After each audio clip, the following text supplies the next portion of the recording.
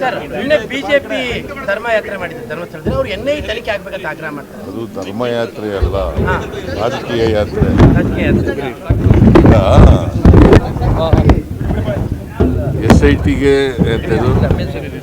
SIT ತನಿಖೆ ಮಾಡ್ತಾ ಇದೆ. ನಮ್ಮ ಪೊಲೀಸ್ನವ್ರ ಮೇಲೆ ನಂಬಿಕೆ ಇಲ್ಲ. NI ಮಾಡಿ ಅಂತ ಹೇಳ್ತಾರೆ ಅಲ್ವಾ, ತನಿಖೆ ಮಾಡಿ ಅಂತ. ಇದು ತನಿಖೆ ನಡೀತಾ ಇರೋದು ಯಾವುದು? ಅವ್ರು ಕೇಳ್ತಾ ಇರೋದು ಯಾವುದು? ತನಿಖೆ ಮಾಡೋರು ಪೊಲೀಸ್ನವರೇ ಅಲ್ವಾ? ನಮ್ಮ ಪೊಲೀಸ್ನವ್ರ ಮೇಲೆ ನಂಬಿಕೆ ಇಲ್ಲ ಇವ್ರಿಗೆ. ನಂಬರ್ 1.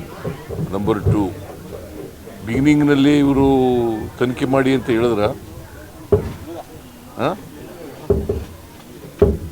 ಸ್ವಲ್ಪ ದಿನದವ್ರಿಗೆ ತನಿಖೆ ಮಾಡಿ ಅಂತ ಹೇಳಲೇ ಇಲ್ಲ.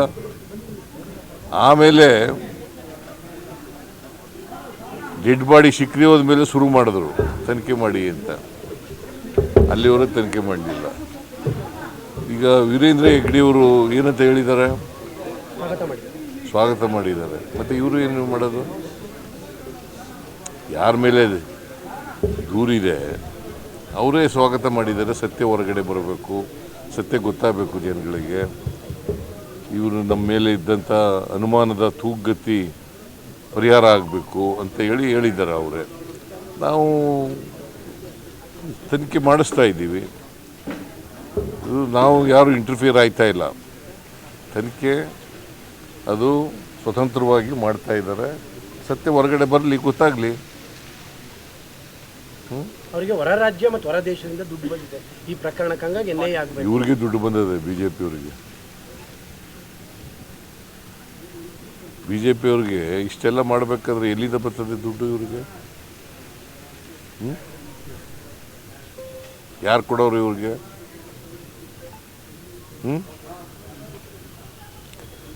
ರಾಜಕೀಯವಾಗಿ ಎಲ್ಲ ವಿಚಾರಗಳನ್ನೂ ರಾಜಕೀಯವಾಗಿ ಬಳಸಕ್ಕೆ ಹೋಗ್ಬಾರ್ದು. ರಾಜಕೀಯ ಮಾಡಲಿ, ವಿರೋಧ ಪಕ್ಷದವರು ಟೀಕೆ ಮಾಡಲಿ ಸರ್ಕಾರದ ಮೇಲೆ, ಬಟ್ ಎಲ್ಲನೂ ರಾಜಕೀಯಗೊಳಿಸ್ಬಾರ್ದು. ಇವರು ರಾಜಕೀಯಕ್ಕೋಸ್ಕರ ಮಾಡ್ತಾ ಇದ್ದಾರೆ. ಇದರಲ್ಲಿ ಸತ್ಯ ಏನಿಲ್ಲ, ಅಸತ್ಯ ಇರ್ತಕ್ಕಂಥದ್ದು. ಸೌಜನ್ಯ ಕೇಸ್ ಮತ್ತೆ ರಿಓಪನ್ ಆಗುತ್ತೆ ಸರ್ ಅಂತ, ಯಾಕಂದ್ರೆ ಒಂದು ಮಹಿಳೆ ಆ ಸೌಜನ್ಯ ಕಿಡ್ನಾಪ್ ಮಾಡಿ ತಾಲೆ ಅಂತ ಹೇಳಿ CBI ಯಾರ ಅಧೀನದಲ್ಲಿರೋದು? ಸೆಂಟ್ರಲ್. ಅವರು ತನಿಖೆ ಮಾಡಿ ವರದಿ ಕೊಟ್ಟಿದ್ದಾರೆ. ಈಗ ಸುಪ್ರೀಂ ಕೋರ್ಟ್ಗೆ ಹೋಗಿ ಅಂತ ಹೇಳ್ತಾ ಇರೋರು ಯಾರು? ಇವರೇ. ಅದರಿಂದ ಏನಂತ ಹೇಳೋದು? ಸೌಜನ್ಯ ಕೇಸು ಯಾರ ಮೇಲೆ ಆರೋಪ ಮಾಡ್ತಾ ಇರೋದು? ಇವರು ಯಾರ ಪರ? ಒಂದು ಕಡೆ ವೀರೇಂದ್ರ ಹೆಗ್ಗಡೆಯವ್ರ ಪರ ಅಂತ ಹೇಳ್ತಾರೆ, ಇನ್ನೊಂದು ಕಡೆ ಸೌಜನ್ಯ ಪರ ಅಂತ ಹೇಳ್ತಾರೆ. ಯಾರ ಪರ ಇರೋದು ಇವರು?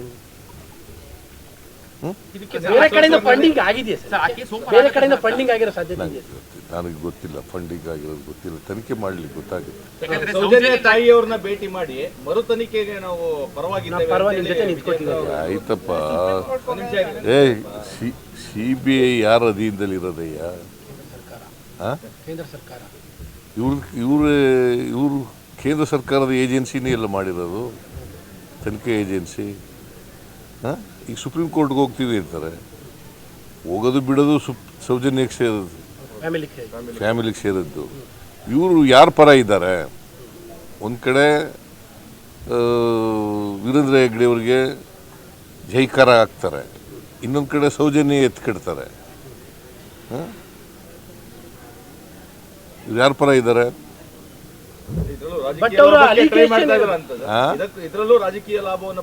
ಹೌದೌದು, ರಾಜಕೀಯದಲ್ಲಿ ಬೇರೆ ಏನಿದೆ ಇಲ್ಲಿ?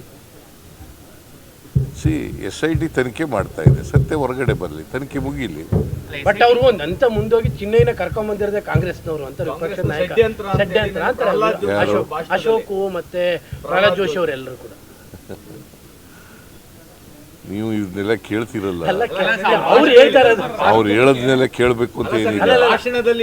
ವಿರೋಧ ಪಕ್ಷದ ನಾಯಕ ಅಶೋಕ್ ಅವರು ಸೆಂಟ್ರಲ್ ಮಿನಿಸ್ಟರ್, ವಿರೋಧ ಪಕ್ಷ ನಾಯಕನಾಗ್ಬಿಟ್ಟ ತಕ್ಷಣ ಎಲ್ಲ ಕೇಳಬೇಕು ಅಂತ ಅವ್ರ ಅಲಿಗೇಷನ್ ಇದ್ರಿಂದ ಕೇಳ್ತಾ ಇದೀವಿ. ಏನು ಅವ್ರು ಅಲಿಗೇಷನ್ ಮಾಡೋದೆಲ್ಲ ಸತ್ಯನಾ? ಭಾಷಣದಲ್ಲಿ ಇಷ್ಟಿನ ಗಂಟೆ ಏನು ಹೇಳ್ತಾ ಇದ್ರು? ಅಸೆಂಬ್ಲಿಲಿ ಏನು ಹೇಳಿದ್ರು? ಅಸೆಂಬ್ಲಿಲಿ ಏನು ಹೇಳಿದ್ರು? ಹಾಂ ಅಸೆಂಬ್ಲಿಲಿ ಚರ್ಚೆ ಆಯ್ತಲ್ಲಪ್ಪ ಇದ್ರ ಬಗ್ಗೆ, ಏನು ಹೇಳಿದ್ರು?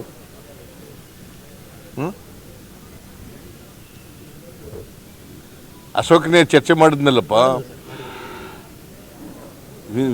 ಯಾದವನು ಸುನೀಲ್ ಚರ್ಚೆ ಮಾಡಿದ್ರಲ್ಲ, ಏನು ಹೇಳಿದ್ರು ಆಗ? ದಿನಕ್ಕೊಂದೊಂದು ಹೇಳಕ್ಕೆ ಹೋಗ್ಬಾರ್ದು. ಇದಕ್ಕೆ ಸತ್ಯ ಇಲ್ವಲ್ಲ ಇದರಲ್ಲಿ. ಅಸತ್ಯದ ಮೇಲೆ ಚರ್ಚೆ ಮಾಡೋದು, ಯಾವಾಗಲೂ ಅಸತ್ಯದ ಮೇಲೆ ಚರ್ಚೆ ಮಾಡಿದ್ರೆ ಹೀಗೆ ಆಗೋದು. ಸೌಜನ್ಯ ಕೇಸಲ್ಲಿ ಸರ್ ಕಿಡ್ನಾಪ್ ಮಾಡಿದ ನೋಡಿದಿಲ್ಲ ಅಂತ ಹೇಳಿ ಮಹಿಳೆ ದೂರು ಕೊಟ್ಟಿದೆ SITಗೆ. ಆ ಕೇಸು ತನಿಖೆ ಮಾಡಿಸಿದ್ರೆ ಹೇಗೆ ಸರ್ ಅಂತ? ಯಾರು? ಸೌಜನ್ಯ ಇನ್ನೊಂದು ಲೇಡಿ ಅಪಹರಣ ಮಾಡಿದ ನೋಡಿದಿಲ್ಲ ಅಂತ ಹೇಳಿ 12 ವರ್ಷದಲ್ಲಿ ನಡೆದ ಘಟನೆ ಕಣ್ಣಾರೆ ನೋಡಿದಿಲ್ಲ ಅಂತ ಹೇಳಿ ಇವತ್ತು ನೆನ್ನೆ ಕಂಪ್ಲೇಂಟ್ ಕೊಟ್ಟಿದ್ದಾರೆ ಸರ್ SIT. ಆಯ್ತಪ್ಪ, ಕೋರ್ಟ್ನಲ್ಲಿ ಹೇಳ್ಬೇಕಾಗಿತ್ತಲ್ಲ. CBI ಮುಂದೆ ಯಾಕೆ ಹೇಳಲಿಲ್ಲ? CBI ಮುಂದೆ ಹೇಳ್ಬೇಕಾಗಿತ್ತಲ್ಲ ಏನಪ್ಪ. CBI ತನಿಖೆ ನಡೀತಲ್ವಾ, ಆಗ ಹೇಳ್ಬೇಕಾಗಿತ್ತಲ್ವಾ? 2 ವರ್ಷದಿಂದ ಒಡನಾಡಿದ್ರೆ ಸರ್ ಅದು ಕೇಳ್ರಿ, ಇಲ್ಲಿ ಹೇಳ್ಬೇಕಾಗಿತ್ತಲ್ವೇನ್ರಿ? ಸಾಕ್ಷ್ಯ ಗೊತ್ತಿದ್ದ ಮೇಲೆ ಸಾಕ್ಷ್ಯನ ಬಚ್ಚಿಡೋದು ಇದೆಯಲ್ಲ, ಅದು ಇಟ್ ಈಸ್ ಅನ್ ಅಫೆನ್ಸ್. ಸಾಕ್ಷ್ಯ ಗೊತ್ತಿದ್ದು ಕೂಡ, ಸತ್ಯ ಗೊತ್ತಿದ್ದು ಕೂಡ ಬಚ್ಚಿಡ್ತಕ್ಕಂಥದ್ದು ಇದೆಯಲ್ಲ, ಮುಚ್ಚಿಡ್ತಕ್ಕಂಥದ್ದು ಇದೆಯಲ್ಲ, ಅದು ಇಟ್ ಈಸ್ ಅನ್ ಅಫೆನ್ಸ್. 2 ವರ್ಷಕ್ಕೆ ಒಡನಾಡಿ ಸಂಸ್ಥೆಯಲ್ಲಿ ಇದ್ರು ಅಂತ ಹೇಳಿ ಆಕೆ ಹೇಳಿದ್ದಾರೆ ಸರ್. ಯಾವ ಸಂಸ್ಥೆಲ್ಲಾದ್ರೂ ಇರಲಪ್ಪ, ನಿನಗೆ ಹಿಂಗೆ ಗೊತ್ತಿದೆ, ಸಾಕ್ಷ್ಯ ಗೊತ್ತಿದೆ, ನೋಡಿದ್ದೀನಿ ನೀನು ಅಂತ ಹೇಳ್ತೀಯ. ನೀನು ನೋಡಿದ್ರ ಮೇಲೆ ಹೇಳ್ಬೇಕಾಗಿತ್ತಲ್ಲ CBI ಮುಂದೆ ಹೋಗಿ. ಅಲ್ಲಿಗೆ ಸೌಜನ್ಯ ಕೇಸ್ ಪುನರ್ ತನಿಖೆ ಅಗತ್ಯ ಇಲ್ಲ ಅಂತ ನನಗೂ ಗೊತ್ತಿಲ್ಲ ಅವ್ರ ಅಗತ್ಯ. ನಾನು ನೋಡಿಲ್ಲ, ಜಡ್ಜ್ಮೆಂಟ್ ಓದಿಲ್ಲ. ಅವರು ಅಗತ್ಯ ಇದ್ದರೆ ಹೋಗಲಿ ಕೋರ್ಟ್ಗೆ. ನಾನು ನೋಡಿಲ್ಲ. It is for the Soujanya mother to take a decision. ಬಿಜೆಪಿಯವರು ದಸರಾಗಿಂತ ಮುಂಚೆ ಚಾಮುಂಡಿ ಚಲೋಗೆ ರೂಪುರೇಷೆ ಮಾಡ್ತೀವಿ ಧರ್ಮಸ್ಥಳ ಆದ್ಮೇಲೆ ಅಂತ ಚಾಮುಂಡಿ ಬೆಟ್ಟಕ್ಕೆ ಬರ್ತಾರೆ. ಮಾಡಲಿ ಪೇಪ ಬೇಡ ಅಂದವ್ರೆ. ಈಗ ಮಿರ್ಜಾ ಇಸ್ಮಾಯಿಲ್ ಗೊತ್ತಾ ನಿಮಗೆ? ಏನಾಗಿದ್ರು? ಅವ್ರನ್ನ ಮಹಾರಾಜರು ಅಂಬಾರಿ ಮೇಲೆ ಕುಳಿಸ್ಕೊಂಡು ಮೆರವಣಿಗೆ ಮಾಡ್ತಿದ್ರು. ಆಗ ಈ RSSನವರು BJPಯವರು ಎಲ್ಲೋಗಿದ್ರು?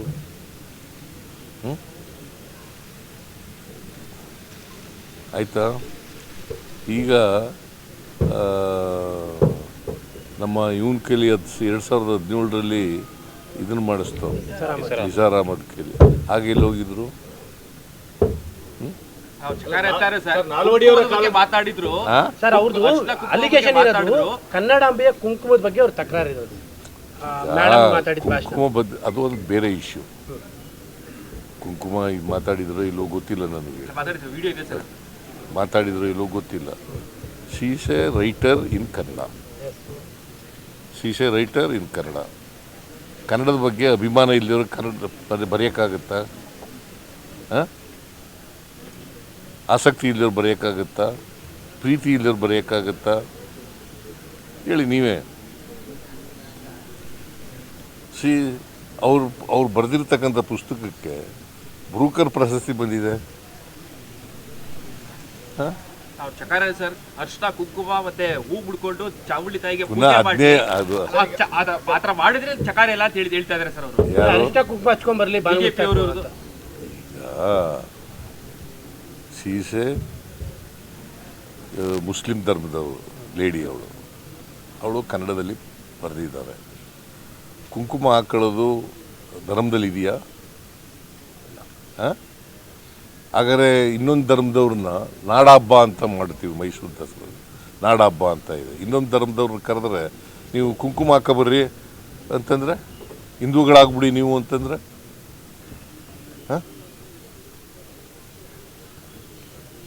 ಗೋಮಾಂಸ ತಿಂತಾರೆ ಅಂತ ಸರ್. ಗೋಮಾಂಸ ತಿನ್ಕೊಂಡು ಬರ್ತಾರೆ ಅವರು ಅಂತ ಯಾರು ನೀವು ನೋಡಿದೀಯಾ? ಅವ್ರು ಹೇಳ್ತಾರಪ್ಪ, ನೀ ನೋಡಿದ್ದೇನೆಯ? ಮುಸ್ಲಿಂ ಧರ್ಮದವ್ರು ಫತ್ವಾ ಹೊರಡಿಸಿದ್ದಾರೆ ಅಂತೇಳಿ ಸರ್. ಅದೆಲ್ಲ ಸುಳ್ಳು ಹೇಳಿದಾರಲ್ಲ, ಮುಸ್ಲಿಂ ಗುರುಗಳು ಹೇಳಿದಾರಲ್ಲ, ಫತ್ವಾ ಏನು ಹೊರಡಿಸಿಲ್ಲ ನಾವು.